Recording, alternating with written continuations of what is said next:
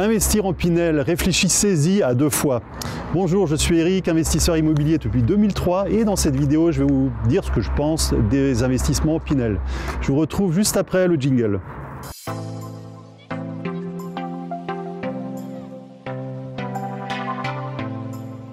Donc aujourd'hui, je me trouve à Strasbourg. Pas loin d'un programme immobilier. Vous voyez derrière moi, il y a plusieurs grandes tours immobilières qui sont en fin de construction.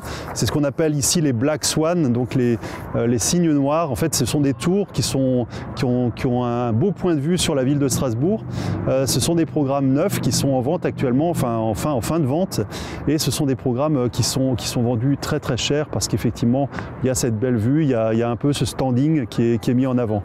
Donc là, on est à des programmes qui sont vendus dans les 6 000 € du mètre carré, ce qui représente le double, voire même plus que le double que le prix moyen du mètre carré ici à Strasbourg. Donc autant dire que le droit d'entrée, le prix d'entrée est élevé.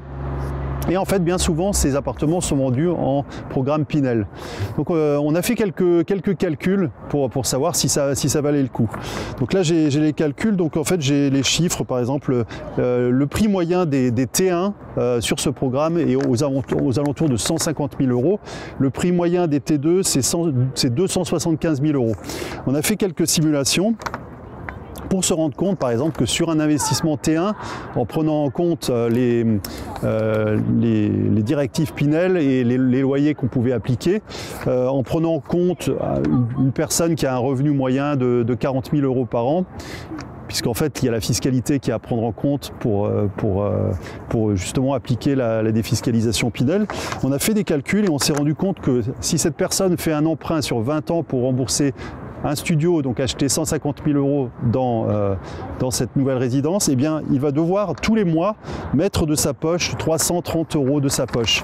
Donc il va rembourser le crédit et ce crédit va être tellement élevé que les loyers qu'il va percevoir de son locataire ne seront largement pas suffisant pour payer le crédit plus les charges. Et donc il devra rajouter tous les mois 330 € de sa poche, tout simplement. Donc en fait, on a fait les calculs, on a fait des simulations et on s'est rendu compte que c'était pas du tout intéressant, qu'il y avait vraiment d'autres types de stratégies immobilières qui permettaient de gagner bien plus que ce type d'achat qui est... Déjà, le problème, c'est le droit d'entrée, le prix d'achat qui est vraiment trop élevé. Alors on s'est quand même posé la question, est-ce que dans ce type d'appartement et d'immeuble, est-ce qu'on peut être rentable? Alors on a pris le cas d'un grand T1 de 40 mètres carrés et on a fait une simulation avec une location courte durée. Et on s'est rendu compte qu'on pouvait éventuellement arriver à l'équilibre à condition de ne pas déléguer, c'est-à-dire à condition de s'occuper de tout ce qui était ménage, entrée dans les lieux.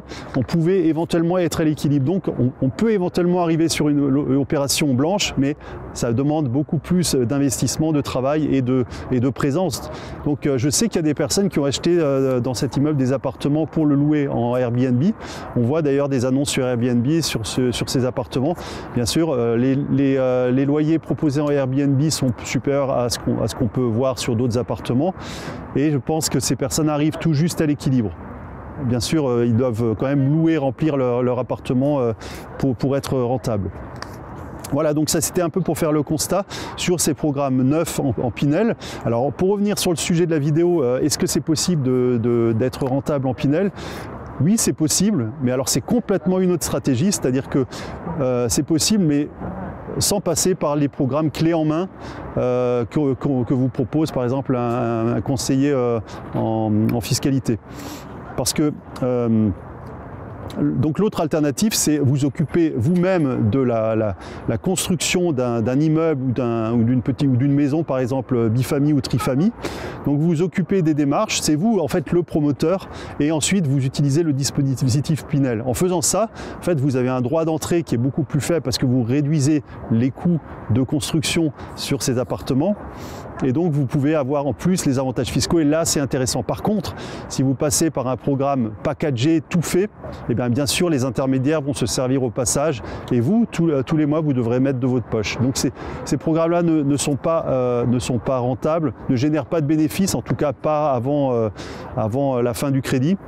Et donc moi je ne vous conseille pas d'aller sur ce type d'investissement, sauf si vraiment vous avez beaucoup d'argent et que vous voulez le placer, vous ne savez pas où le placer.